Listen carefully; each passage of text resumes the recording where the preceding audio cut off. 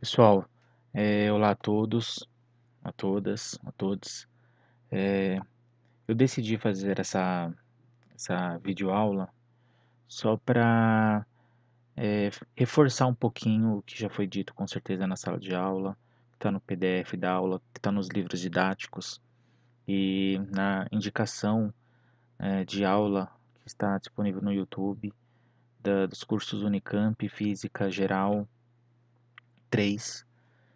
É interessante a gente provar, entender o que é lei de Gauss, porque eu percebo que muitos estão achando que é uma diferença de volume, ainda não entenderam direitinho o que significa superfície gaussiana, tá?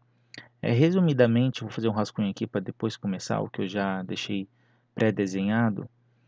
Por que a lei de Gauss ela é importante? Ela é importante para situações, por exemplo, que a gente se depara muito no, no, no curso superior, né, de exatas, que, por exemplo, você tem um fio infinito aqui, um fio infinito, né?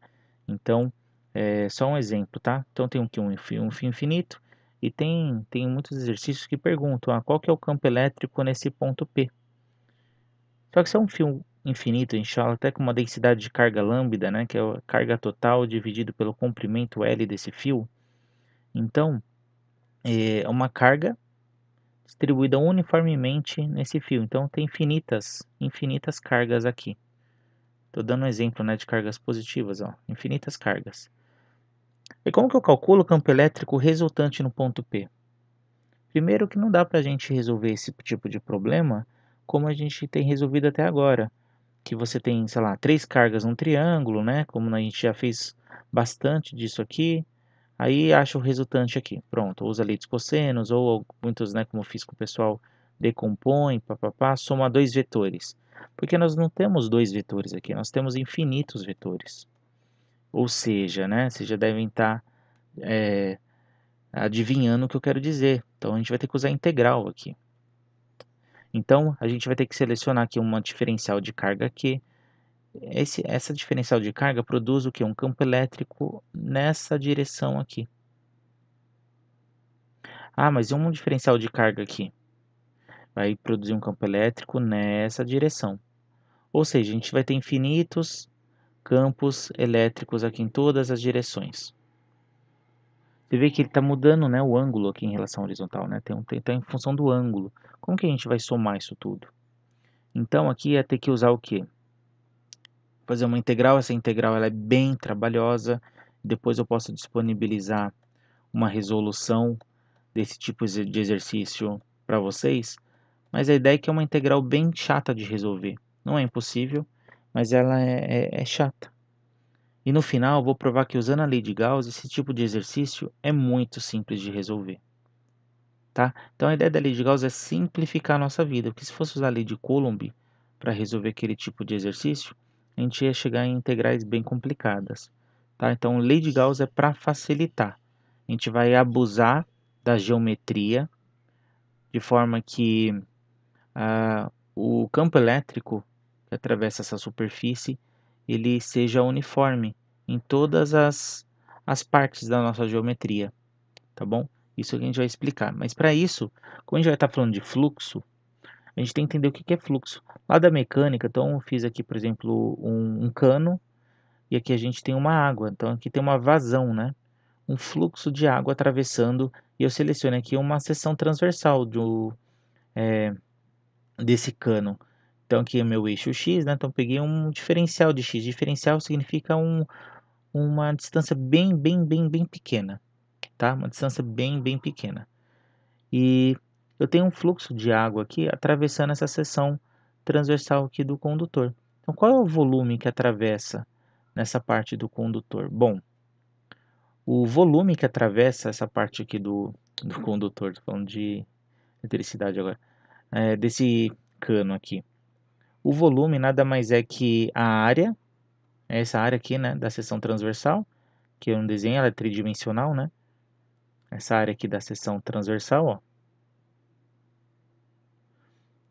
multiplicado pela essa pequena altura, por essa pequena altura, dx.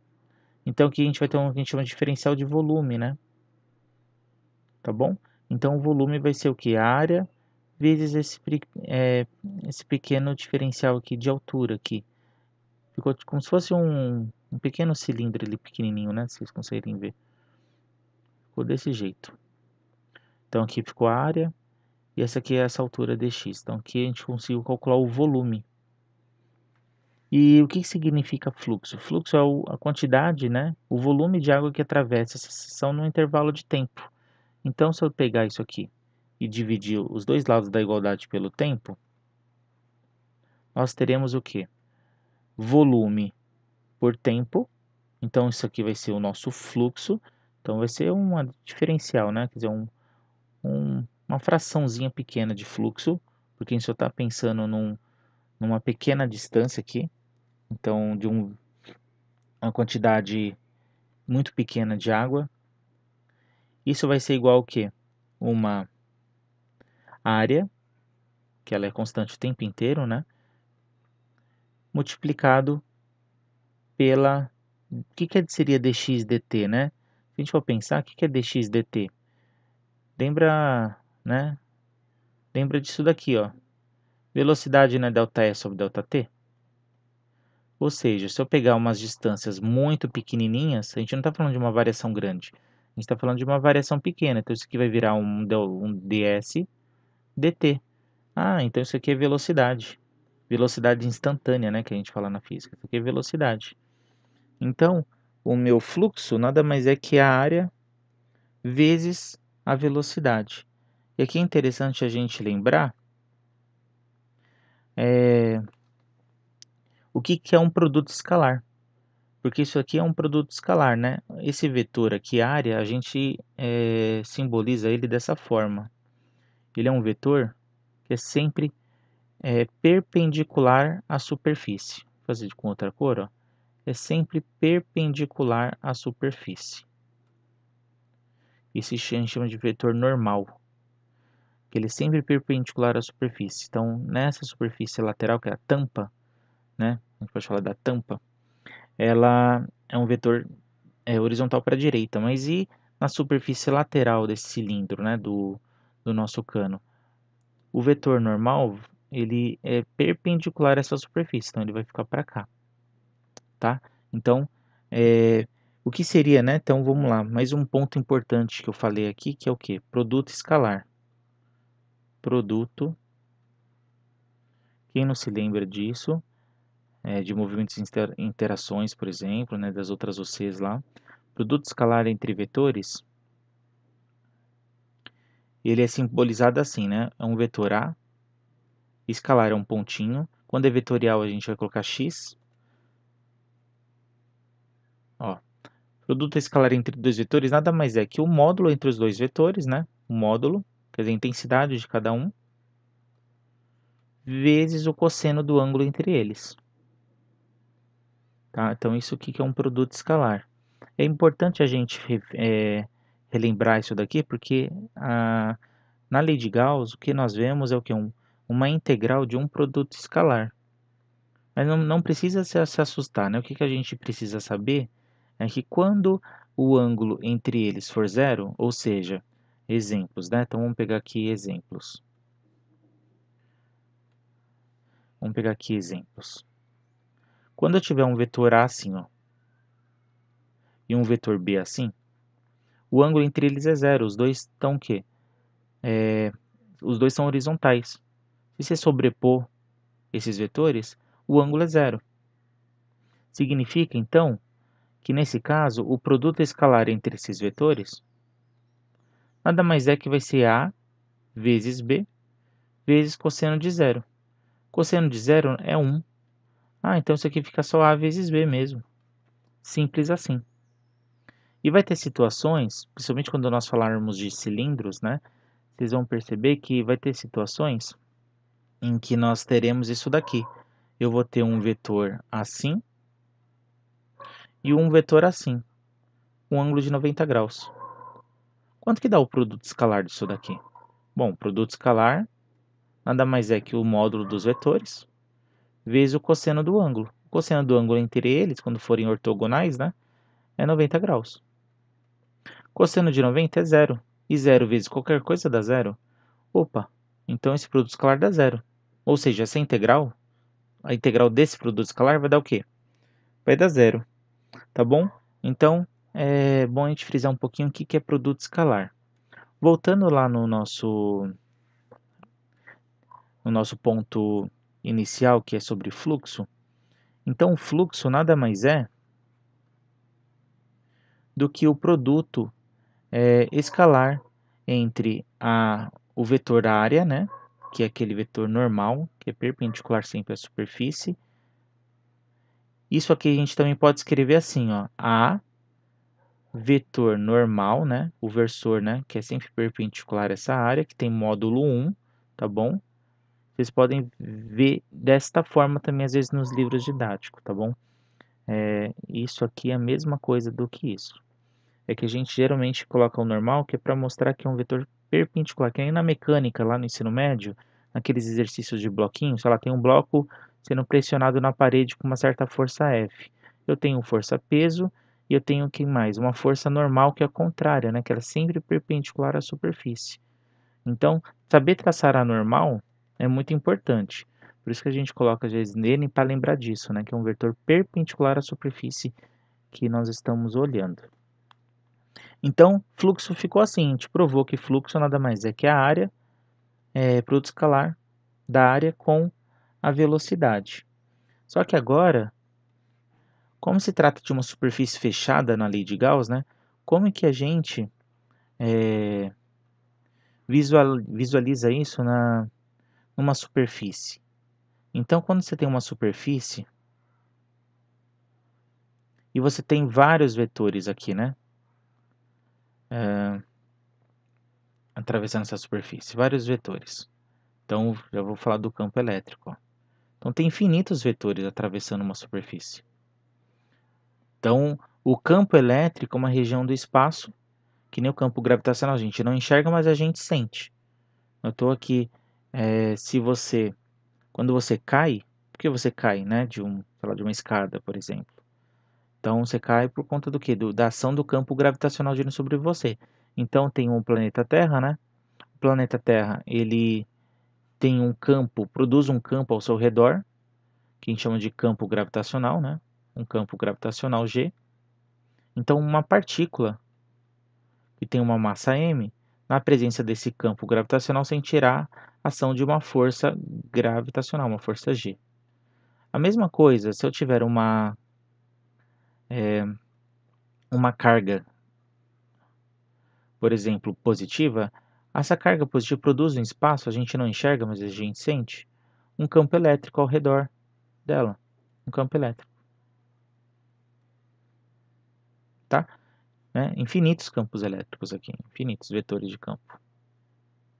E como que a gente sabe que existe esse campo elétrico? Se você pega uma carguinha de prova, a gente chama de carga de prova, essa carga de prova, que nem essa massa M, na presença desse campo elétrico, ela sentirá, vamos supor que essa carga é positiva, sentirá a presença do campo, onde aparecerá uma força elétrica aqui, que terá a mesma direção e sentido do campo.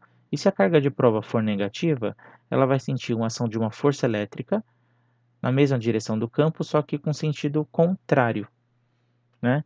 Que força elétrica tem um módulo Q vezes Z, né? Q vezes o campo elétrico. Então, a analogia com o campo gravitacional é a mesma.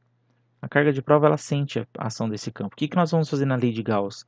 Na lei de Gauss, a gente pretende confinar o que a gente chama de gaussiana, que é uma superfície, e que engloba uma carga, para a gente conseguir calcular o fluxo de campo elétrico ao redor, em torno de toda essa superfície.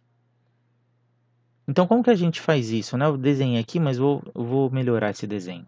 Como que a gente faz isso? Como tem infinitos campos elétricos ao redor dessa superfície gaussiana, que a gente costuma chamar de superfície S, então a gente pega aqui uma região que a gente chama de um diferencial de área. Uma área bem pequenininha dessa superfície que tem uma área total A. Então, eu peguei um diferencial de área e eu vejo que tem aqui um vetor, campo elétrico, atravessando essa área. E o vetor normal é paralelo a esse campo. Então, quer dizer, perpendicular a esse ponto que eu estou olhando. Então, o que seria o fluxo total?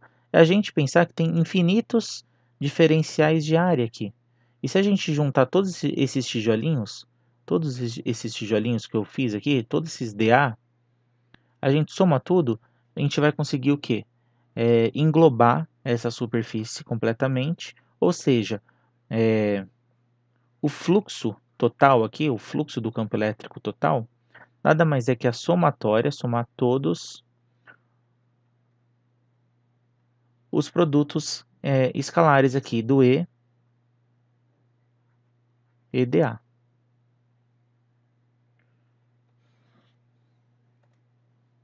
Então, isso daqui seria o fluxo elétrico, a somatória de tudo, né? Então, deixa eu colocar aqui. Então, isso aqui que é o fluxo de campo elétrico. A somatória de todos os produtos escalares do vetor, né? Com esse pedacinho infinitesimal de área, que a gente chama de dA. É um pedaço infinitesimal de área. Pronto, dito isso, então essa somatória vai virar uma integral, né? Isso aqui é uma integral. Agora a gente tem que lembrar um pouquinho voltando lá para a mecânica, né? Então, fazer aqui uma observação, que é lembrar do quê? Da relação que existe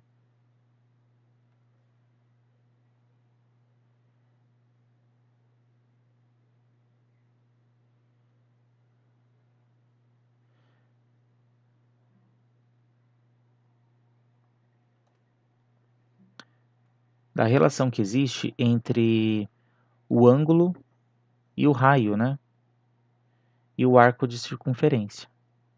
Então a gente tem aqui o raio. Aqui a gente vai ter um ângulo que eu vou chamar de θ. Aqui é o raio, aqui é o raio. Isso aqui é o plano, né? Isso aqui é um plano, uma superfície plana. Então aqui é um plano. E aqui é um sólido, uma superfície tridimensional. Que eu não terminei de desenhar, né? Mas isso aqui é uma superfície tridimensional.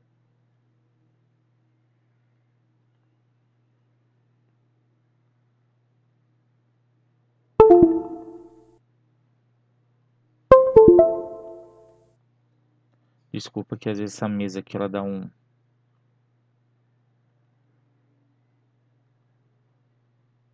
Pronto, isso aqui é uma superfície, é uma esfera, né? Uma superfície tridimensional, então é um sólido. Então, como que a gente relaciona esse arco de circunferência, ó, esse arco de circunferência, que a gente chama de arco S, com R e com θ? Essa daqui é a definição de radiano. O que que é radiano? A definição de radiano, né? Então, vou colocar aqui para vocês não esquecerem. Definição de radiano. O ângulo em radiano. A definição de radiano nada mais é que o arco S dividido pelo R. Então, eu pego esse arco, divido pelo raio, eu tenho um ângulo em radiano. E no sólido, como que é a analogia? O ângulo sólido, acho que poucos viram isso daqui, né? A gente usa a letra ômega para simbolizar o ângulo sólido. E se o S é uma grandeza linear, porque a gente está num plano, uma grandeza linear, no sólido a grandeza vai ter que ser o quê? Tem que estar no R2, né? Então aqui está no conjunto dos reais, né? Onde esse R está no conjunto dos números reais. Então é um número, né, linear, é um número com uma dimensão. No ângulo sólido, a gente vai ter o quê? Ao invés de algo plano, algo linear, a gente vai estar falando do quê? De uma área, em duas dimensões. E ao invés de trabalhar no R, nos reais, a gente vai estar trabalhando no R2, quer dizer, aqui vai ser o raio ao quadrado. Essa é a analogia de ângulo sólido com o ângulo plano, tá bom? Então, isso aqui a gente usa muito, né? S igual a θr, é daqui que surgem algumas equações lá da cinemática circular. Então, como que a gente desenha esse ângulo sólido aqui? Isso aqui nada mais vai dar um cone, né? Você pega aqui, de novo, aquele diferencial de área, né? Então, pego aqui um diferencial de área. Isso daqui vai formar um cone, né? Ó, um cone tridimensional. Esse ângulo, que é o ângulo sólido, que varre isso tridimensionalmente aqui. É tipo um cone, tá? Então, ângulo sólido, por definição, é o quê? Área R ao quadrado, que faz uma analogia, né, do que nós vimos aqui no ângulo plano, lá na matemática, que o arco de uma circunferência dividido pelo raio é o ângulo em radiano. E qual que é a unidade de medida? Isso aqui é radiano, né?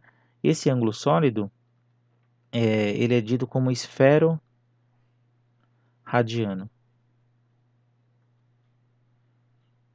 Esfero radiano. Tá bom? Então isso aqui é só para uma curiosidade que é importante a gente entender o que é ângulo sólido. Por que que eu fiz isso? Porque, ó, presta atenção, né? Daqui a gente consegue ver que a gente pega um diferencial de área aqui, que a gente delimitou o espaço, e a gente compara isso com esse ângulo sólido. E nesse caso que é uma esfera, né? Qual que é a área completa de uma esfera, né? A área de uma esfera.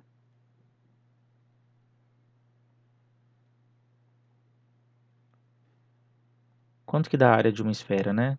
A área de uma esfera, se vocês se lembram, ó, é 4πr ao quadrado. Isso aqui a gente vai usar também daqui a pouco. Lembrar? Porque, ó, se um pedacinho de área tem relação com esse ângulo sólido, quando a gente... então, se é um diferencial de área, aqui é um diferencial de ângulo, né? Então, se eu pegar um diferencial de área, eu estou pegando uma diferencial de um ângulo. Se eu fizer a integral desse ângulo sólido em toda a superfície, quer dizer, numa superfície fechada, a gente vai estar trabalhando com o quê? Com a área completa, né? Desse sólido, que é 4πr ao quadrado. E daí a gente consegue encaminhar legal para a demonstração daí da lei de Gauss, tá? Então, vamos melhorar isso daqui. Então, o que seria o diferencial aqui do ômega, né? O diferencial desse ângulo sólido, então, vou colocar aqui, portanto, o diferencial desse ângulo sólido vai ser o que? A diferencial de área dividido por R2. Claro que é um produto escalar, né? Só que a gente vai estar trabalhando, como eu mostrei, com ângulo, né? Zero. Os dois vetores, eles são, como a gente viu ali naquele esquema, o vetor normal é igual ao vetor, é paralelo, né? Ao vetor do campo elétrico que a gente está estudando. Então, esse vetor de campo, ele é paralelo ao normal, então, naquele produto escalar vai ficar o quê? Como a gente viu, como o ângulo é paralelo, ó, o cosseno dá 1, cosseno de 0 é 1, então vai ficar só A vezes B, tá? Que nesse caso o vetor era a velocidade, fiz analogia para entender que agora é a mesma coisa com o vetor E, que é o vetor campo. Então chega aqui, vamos calcular o fluxo total, né? Que seria o fluxo? Como nós vimos, que é aquela somatória. Então o fluxo de campo é a somatória de E escalar NdA. Isso nada mais é que a integral, esse símbolo aqui quer dizer de uma superfície fechada, tá? S de uma superfície fechada, então de E NdA. Como que vai ficar isso aqui? O campo elétrico, né? Quando é uma carga pontiforme, a gente calcula esse campo elétrico como?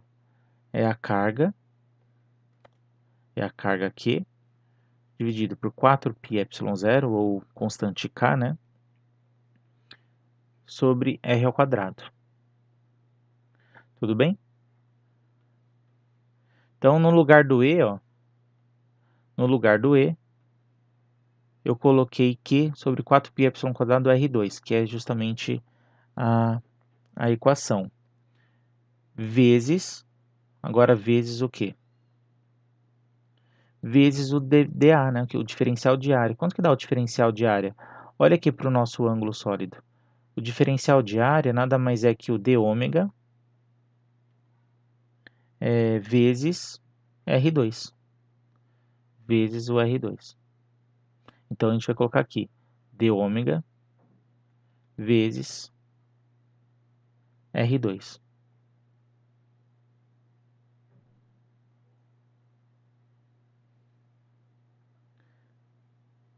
Vamos continuar aqui embaixo. Então, como que vai ficar o nosso fluxo aqui?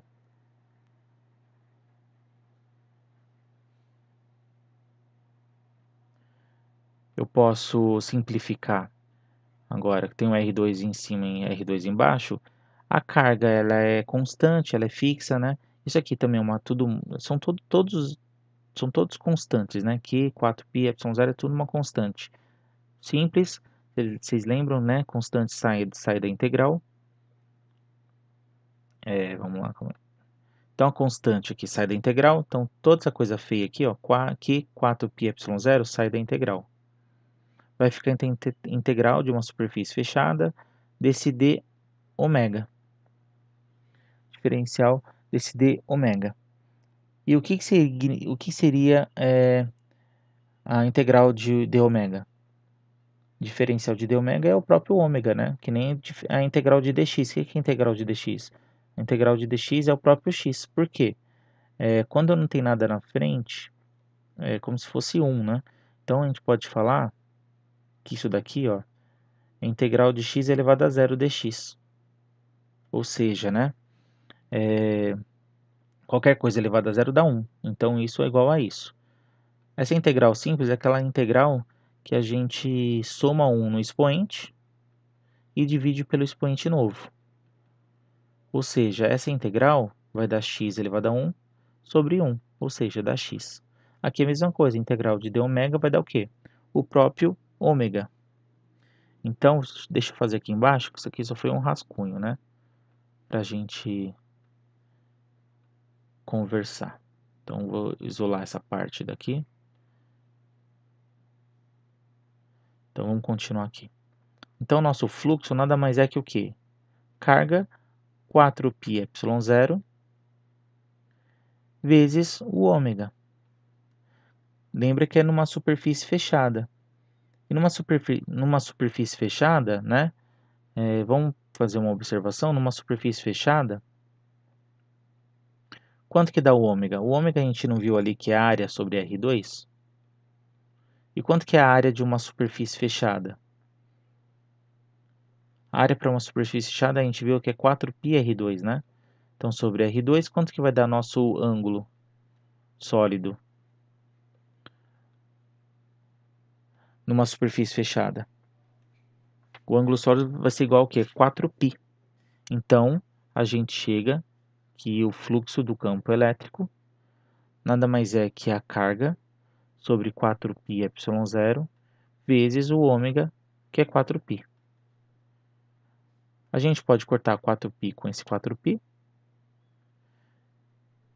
Chega então que o fluxo de campo elétrico é igual à carga interna sobre ε0. Então, a gente demonstra que o fluxo sempre de uma superfície fechada sempre vai ser igual à carga sobre ε0. Então, por isso que a lei de Gauss, né? A lei de Gauss diz o quê? Que a integral de uma superfície fechada do fluxo, né? Que o fluxo é calculado com um produto escalar, né? E escalar NDA. Isso daqui, essa conta sempre vai ser igual à carga sobre ε0. Agora a gente tem que saber aplicar. Então, a ideia é o quê?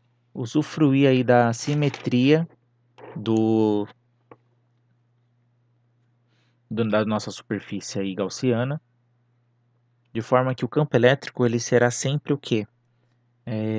Uniforme em relação a essa superfície, para esse produto escalar ficar bonitinho, só E vezes A, tá? Então essa que é a ideia. Então um exemplo, né? Campo E de uma carga pontiforme, que a gente já conhece, né? De uma carga pontiforme. Como que a gente calcula o campo gerado por uma carga pontiforme? Então, se a gente vai traçar uma superfície gaussiana, como a geometria da carga, o campo ele é radial, né, em todas as direções, ele é radial, não faz sentido, gente, a gente fazer um quadrado. Uma superfície gaussiana que é um quadrado nesse caso, por quê? Porque o vetor aqui, ó, ele todas as direções. O que vai acontecer? Esses vetores, na hora de você somar, o produto escalar desse vetor com a normal aqui, ó, a normal tá aqui, né, ó, e o vetor tá aqui. Tem um ângulo, né, ó, e esse ângulo vai estar mudando toda hora. Então, pensa calcular esse produto escalar e essa integral. Seria insano de difícil. Então, por isso que a ideia do, da lei de Gauss é a gente traçar uma simetria de forma que esse produto escalar seja constante e seja fácil de calcular. Que a melhor simetria nesse caso vai ser o quê? Uma esfera. Porque aqui, ó, a gente vai ter o vetor campo elétrico paralelo à normal. Em todos os pontos isso daqui vai acontecer, ó. O vetor campo elétrico, ele é paralelo ao vetor normal, que é aquele vetor normal à área, né? Que é perpendicular à área que você está olhando. Então, nesse caso, como o campo ele é uniforme e sempre o campo será paralelo, aí aquele fluxo vai ser fácil de calcular, o E e o A. Então vai ficar assim, né? Integral de uma superfície fechada E, escalar NdA, tem que ser igual a carga interna, né? A gente coloca sempre carga interna, sobre ε0. Como nós vimos, o campo ele é uniforme, nessa situação, nessa superfície gaussiana que está em azul. Então, ele sai da integral. E a integral de... O produto escalar de E com A, como nós vimos, é paralelo. Então, o cosseno dá 0. O cosseno de 0 graus, desculpa. O cosseno de 0 graus dá 1. Então, vai ficar I vezes A. Integral de dA é o próprio A. Aqui ficaria aquele cosseno de 0 graus que dá 1, que vai ficar só I vezes A. Isso é igual a carga interna. A carga interna é essa carga Qzinho que está aqui dentro, sobre ε0. Que área é essa? Essa é a área da superfície gaussiana. Quanto que dá a área da superfície gaussiana? A superfície gaussiana é o quê? Eu fiz um plano, mas na verdade isso aqui é tridimensional. É a área de uma esfera, né? Que é 4πr ao quadrado. Isso é igual a Q sobre ε0. 4πr ao quadrado passa para o outro lado dividindo. Então isso daqui vai ficar igual a quanto? Então E vai ser igual a carga 4πr quadrado, ó, 4π. Vou até deixar o ε0 aqui do lado, só para ficar do jeito que a gente está acostumado, e o R2 que também desceu. E para colocar o símbolo vetorial aqui, isso aqui é o módulo, né, do vetor, mas o símbolo aqui vetorial eu coloco, então tenho que informar qual a direção dele. É da direção normal, né, ou radial, tá? Mas é em direção ao vetor normal aqui. Então esse aqui que é o vetor campo elétrico gerado por uma carga pontiforme usando a lei de Gauss, tá bom? Então, vocês terem uma noção que é bem simples. Vou fazer agora o exercício da lista como exemplo, só que eu não vou fazer todos porque vocês precisam entregar, né? Então, eu vou fazer só um item ou outro. Só queria fazer uns detalhes, pessoal, que eu não sei se ficou bem claro. Então, isso aqui é muito importante, tá? Ó, muito importante.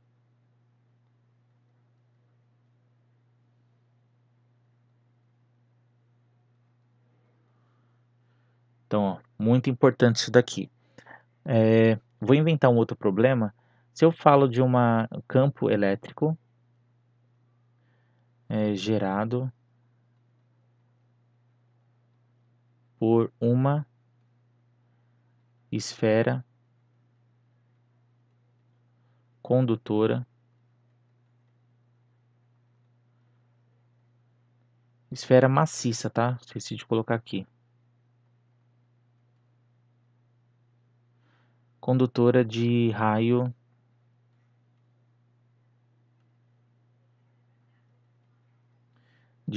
A. Bom,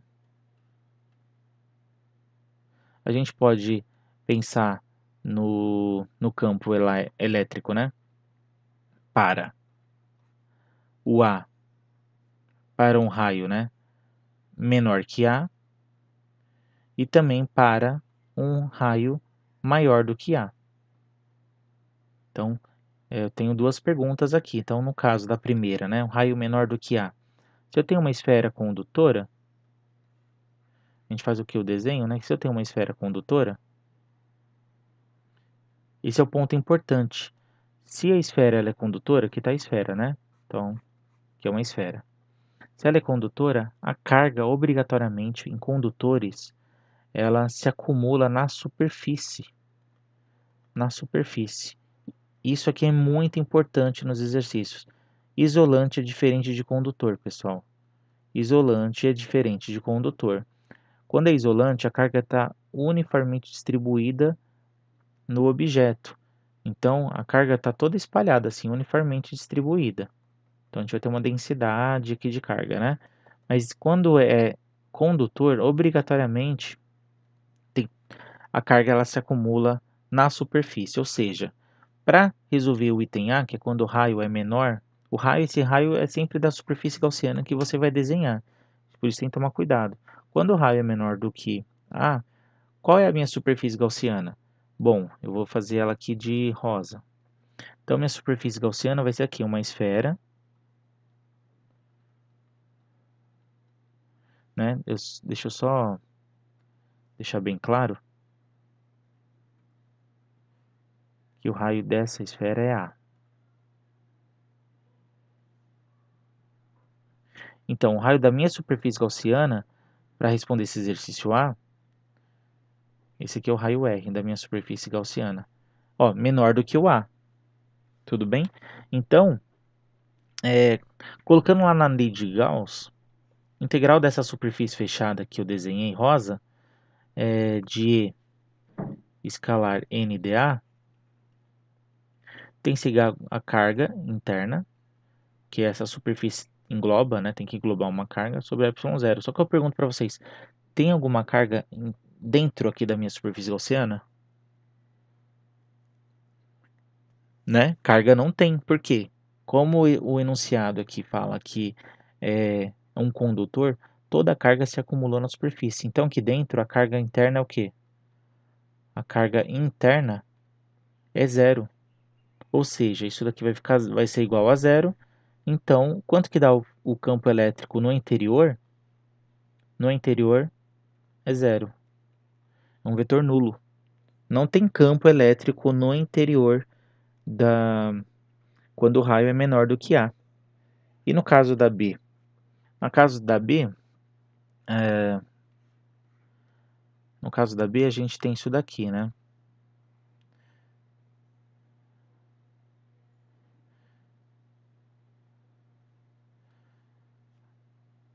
As cargas se acumulam aqui na superfície.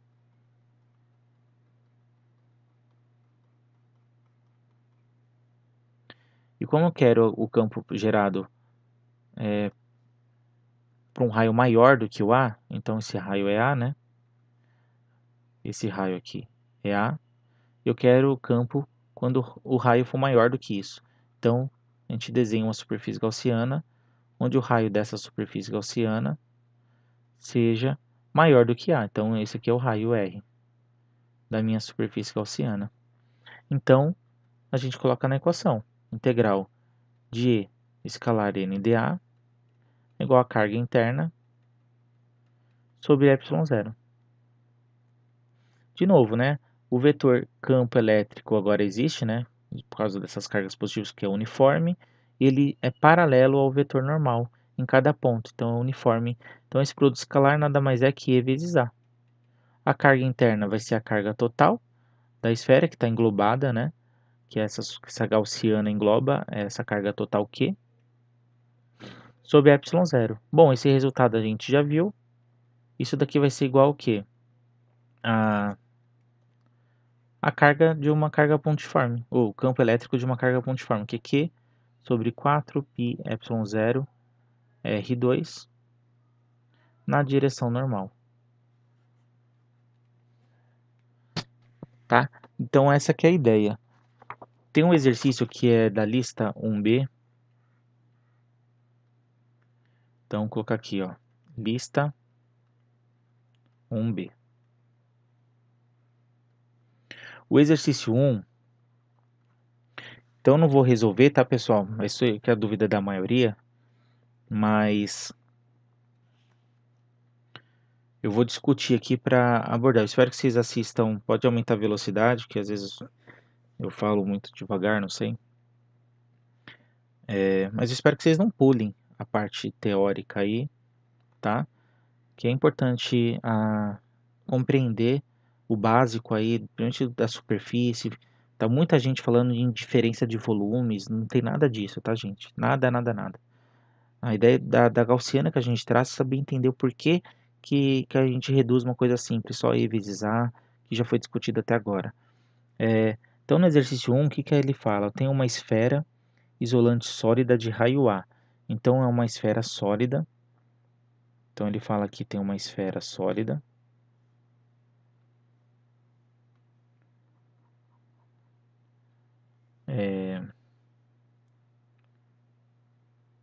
De raio A. E uma carga total Q. Então, isso aqui tem uma carga total mais Q. Uma carga total mais Q. Uma segunda esfera condutora. Olha lá, condutora, é bom grifar. Sempre grifa, tá? Deu condutor, grifa. E a primeira, ó, grifa, é esfera isolante. Então, essa esfera aqui, ela é isolante. De carga total Q. Uma segunda esfera condutora oca e não carregada, cujos raios internos e externos são B e C.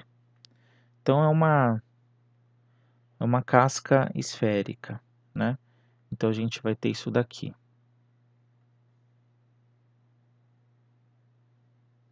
O raio interno da casca esférica e o raio externo da casca esférica.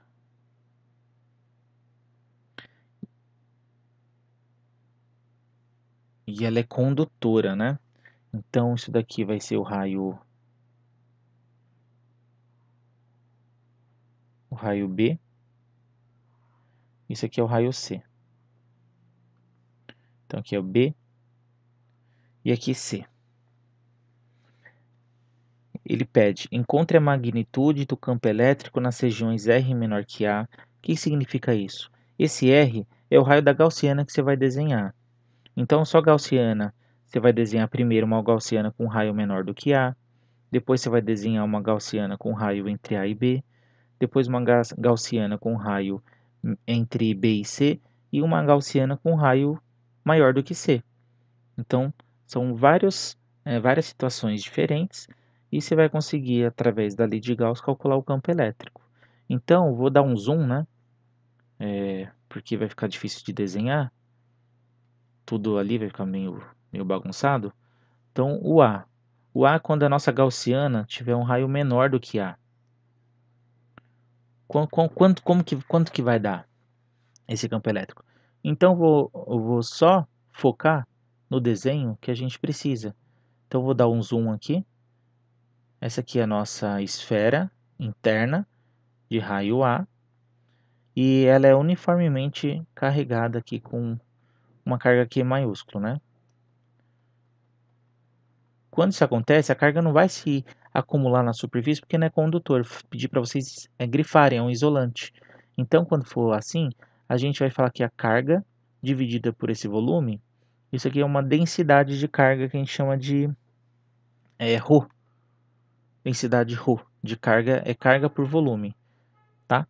Então, a carga dividida pelo volume é uma densidade de carga que é constante, que é o ρ.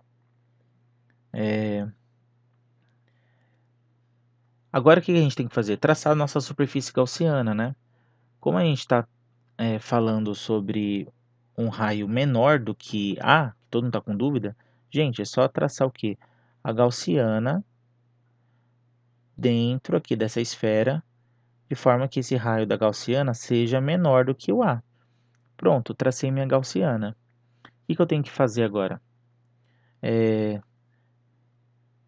Vocês já sabem, né? O campo elétrico ele também é uniforme em todas as direções aqui e é sempre paralelo ao vetor normal, naquele ponto que você olha. Então, aqui, já lembrando daquele produto escalar aqui vai ser E vezes A, porque o cosseno entre eles dá zero. O cosseno do ângulo formado, que é zero, vai dar 1, né? O cosseno entre eles, cosseno de zero dá 1, então vai ser E vezes A. Então ficou fácil, por isso que essa geometria ela é fácil. Colocando aqui agora na equação da lei de Gauss, vai ficar integral da superfície fechada de NdA vai ser igual a carga interna sobre ε0. Bom, só uma observação aqui, né? Uma observação. Quanto que dá essa carga interna? Essa carga interna nada mais é que ρ vezes o volume. Quanto que dá o volume de uma esfera, né? Então, isso aqui é ρ, que é a densidade. O volume nada mais é que 4/3 de πr ao cubo. Isso aqui é o volume de uma esfera, tá? Volume da esfera. Então, esse aqui é o volume da esfera. Então, agora eu posso continuar a conta, né? Então, vai ficar integral de escalar NdA. A carga interna vai ser ρ, 4/3 de πr ao cubo, sobre ε0.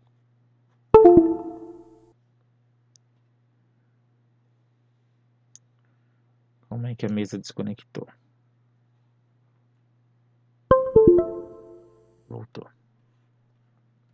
Então, continuando aqui a conta, já falei, né? Então, isso daqui vai ficar só E vezes A, porque o campo é uniforme e o produto escalar com a área vai dar cosseno de zero, que é 1. Então, fica E vezes A igual a ρ, 4/3 de π, r ao cubo, sobre ε0. Então, o campo nada mais é que a área da superfície gaussiana, que no caso é uma esfera, a nossa superfície gaussiana é uma esfera, que tem área 4πr ao quadrado, isso aqui é ρ, 4/3 de πr ao cubo, sobre ε0. Posso simplificar, né, esse 4 com esse 4, o π com esse π, o r quadrado aqui com esse ao cubo, né, porque vai passar dividindo, subtrai os expoentes, 3 menos 2 dá 1, vai sobrar só um r aqui em cima. Então, vai ficar assim. O campo elétrico vai ficar ρ, r, sobre 3ε0. Trocando agora, substituindo no lugar do ρ, o 4/3 de π é r ao cubo, vai ficar assim. Carga R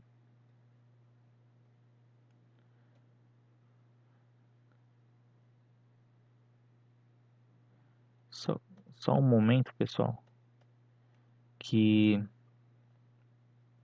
aqui é o, para não confundir, esse R aqui é da superfície gaussiana, tá? Então, deixa eu só modificar aqui, senão vai confundir.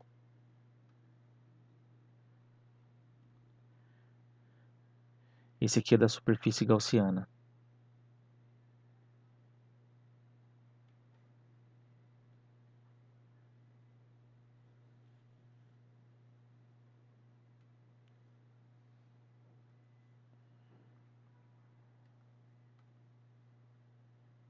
Pronto. É o R da superfície gaussiana. Que eu chamei de R'inho, né? Ó, o R'inho. Acho que é melhor deixar assim.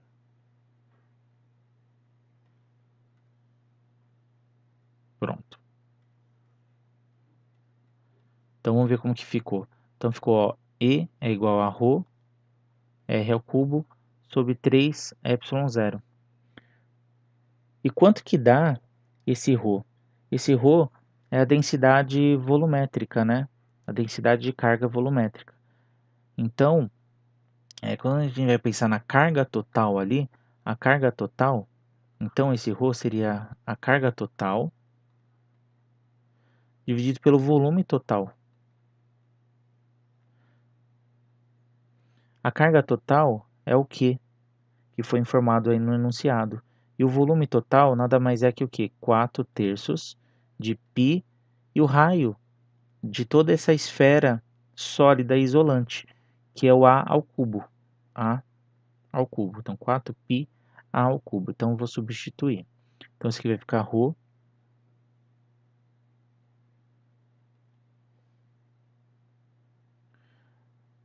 Desculpa que não sei porque apareceu esse ao cubo aqui. Aqui é só R, né, que cortou. É R dividido por...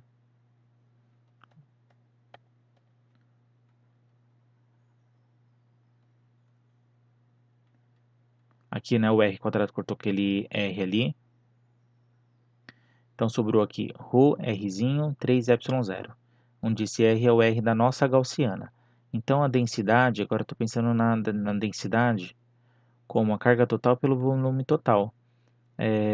Aqui vai ficar, então, carga Q sobre 4π, 4/3 de π A ao cubo, Rzinho sobre ε0.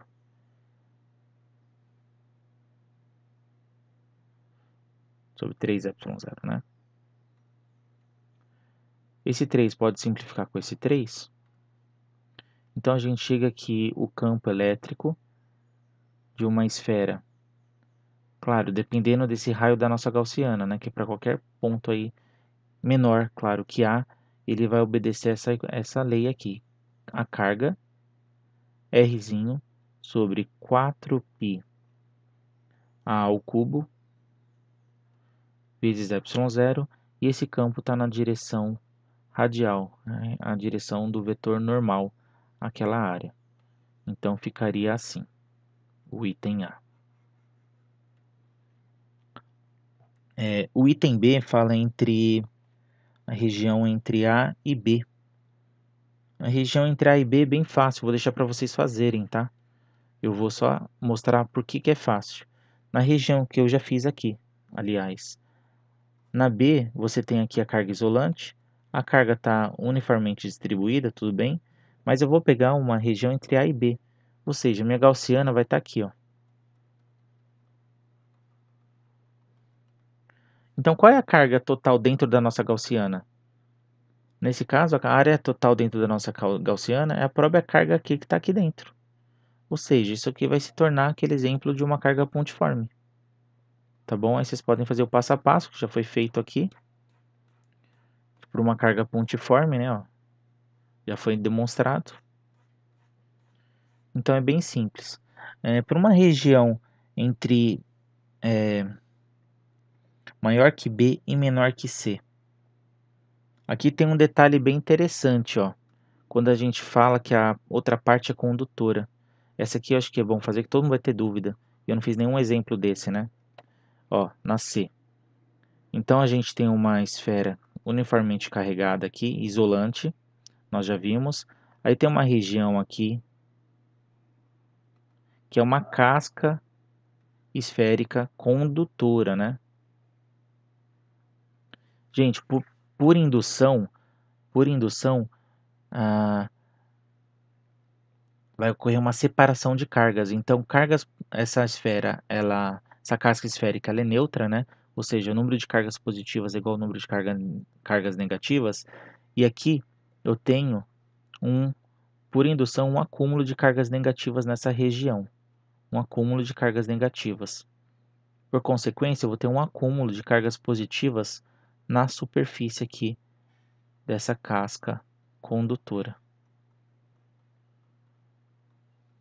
Então, ocorreu o quê? A quantidade de cargas negativas e a quantidade de cargas positivas são iguais, tá? Mas a indução, porque tem uma carga positiva lá interna, ela vai separar essas cargas. Então, vai ter um acúmulo de carga negativa aqui e um acúmulo de carga positiva aqui fora. Ou seja, aqui dentro tem uma carga mais Q, aqui surgiu uma carga menos Q e aqui fora surgiu uma carga mais Q. Então, por indução, induziu uma carga menos Q na superfície interna, e por indução, né, separação das cargas, obviamente por causa da repulsão aqui, vai ter um acúmulo de carga positiva também mais Q aqui fora. Aí se eu pego uma superfície gaussiana nesse caso, vou até dar um zoom aqui. Se eu pego uma superfície gaussiana nesse caso, entre B e C, ou seja, minha superfície gaussiana está aqui, ó, entre B e C. Aí eu acho que vocês vão começar a entender o que é a lei de Gauss, ó. O que a lei de Gauss fala? A integral da superfície fechada de E escalar NdA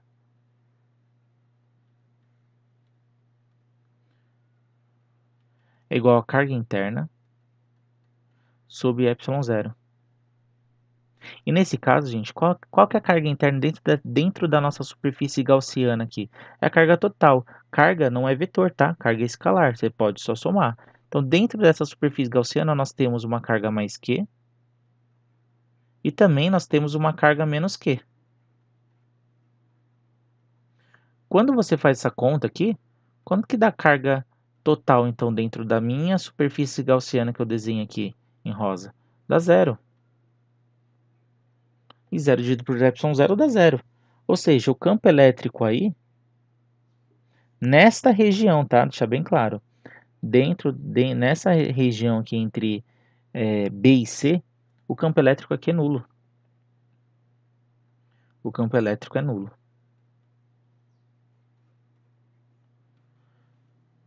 Tudo bem? Pessoal, eu acho que eu dei bastante exemplo.